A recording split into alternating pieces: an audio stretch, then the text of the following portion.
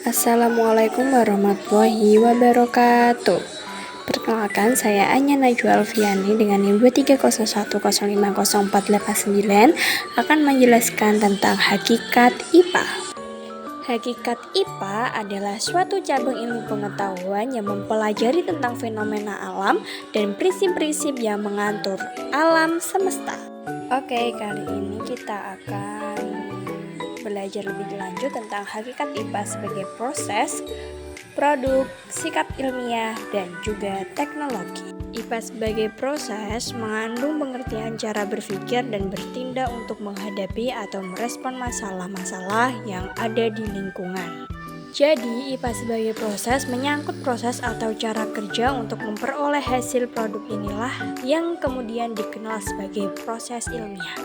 Ditinjau dari tingkat kerumitan dalam penggunaannya, keterampilan proses IPA dibedakan menjadi dua kelompok, yaitu yang pertama proses dasar atau basic skill, dan yang kedua yaitu keterampilan proses terintegrasi atau integrated skill.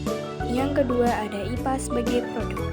IPA sebagai produk adalah sekumpulan hasil kegiatan empirik dan kegiatan analitik yang dilakukan oleh para ilmuwan selama berabad-abad.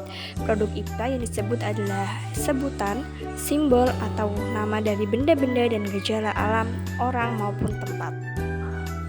Contoh IPA sebagai produk. Bentuk-bentuk produk IPA meliputi istilah, fakta, konsep, prinsip, dan prosedur. Contohnya, yang pertama ada malaria yang disebut dengan sebutan, yang kedua lambda sebagai simbol untuk panjang gelombang, yang ketiga ada matahari yaitu nama benda, yang ketiga ada matahari yang kita mengerti bahwa itu adalah sebutan dari nama benda, yang keempat ada angin puting beliung nama dari gejala alam, selanjutnya yaitu ada Newton yaitu nama orang. Selanjutnya ada IPA sebagai sikap, adalah sikap tertentu yang diambil dan dikembangkan oleh ilmuwan untuk mencapai hasil yang diharapkan. Sikap yang dimiliki oleh seorang ilmiah yaitu yang pertama ada sikap objektif, artinya mereka menyatakan segala sesuatu tidak dicampuri oleh perasaan senang ataupun tidak senang. Sikap yang kedua yaitu tidak tergesa-gesa mengambil kesimpulan bila belum cukup data yang mendukung kesimpulan itu. Sikap yang ketiga yaitu berhati terbuka, artinya mereka bersedia menerima pandangan atau gagasan orang lain walaupun gagasan tersebut bertentangan dengan penemuannya. Sikap yang keempat yaitu tidak mencampur adukan fakta dengan pendapat. Dan sikap yang kelima yaitu bersikap hati-hati. Sikap hati-hati ini ditunjukkan oleh ilmuwan dalam bentuk cara kerja atau berdasarkan pada sikap penuh pertimbangan. Tidak ceroboh, selalu bekerja sesuai prosedur. Yang keempat ada IPA sebagai teknologi.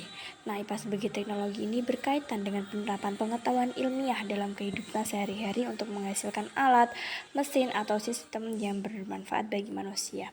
Contoh halnya teori IPA bisa mengembangkan pesawat sederhana dan juga lain-lain. Sekian penjelasan singkat tentang hakikat IPA sebagai produk proses sikap ilmiah dan juga teknologi. Terima kasih. Wassalamualaikum warahmatullahi wabarakatuh.